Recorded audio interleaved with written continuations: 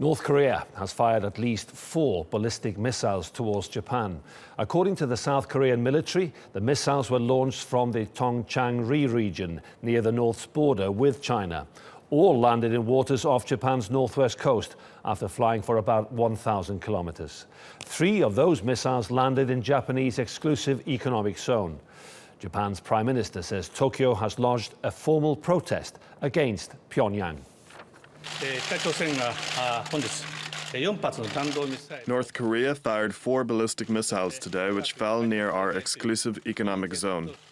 Japan will collect and analyze information regarding this issue. Japan also lodged strong protest against North Korea. The ballistic missile fired this time shows clearly that North Korea has become a new kind of threat. North Korea has already stated this is a new type of missile before today's launch. So we will closely monitor this issue with major interest. I strongly condemn that North Korea disregarded our and the international community's consistent warning and fired ballistic missiles again, and it is direct challenge to the globe and serious provocation.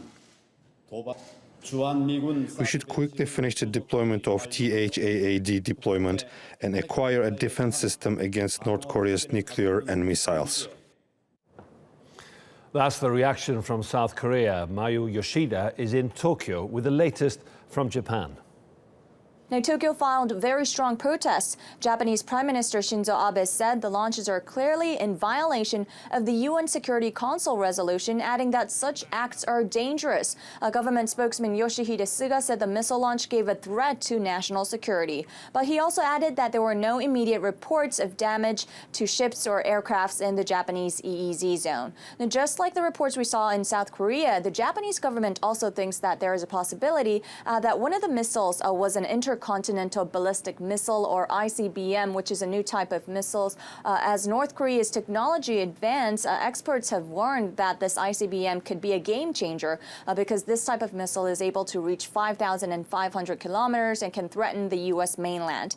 Now, when North Korea first started launching missiles, Japanese officials were able to detect it before the launch, releasing an alarm to related ministries. But now, all Japan, South Korea, and even the U.S. have said that they were not able to detect them beforehand, so such missiles are becoming a greater threat to Japanese land. Now, we're also seeing a knee-jerk reaction in financial markets here. Japanese stocks fell and the yen gained on worries over geopolitical risks in the East Asian region. And Joseph Kim has been following developments for us from Seoul. South Korea's Security Council with Acting President Hwang Kyo-ahn convened a meeting in order to assess what defense measures the country would come up with, while the U.S. and South Korea's military said that it will remain on high alert following the launch. Now, we know that more analysis will come out as the day progresses, but as of now, military officials here in South Korea are saying that this missile test could be an intercontinental ballistic missile capable of reaching the United States. So more analysis on the type of missiles that have been used. What about the timing then? Because there are, of course, military maneuvers with South Korea and the United States in the region. Are people reading anything into the timing of these 4 missiles?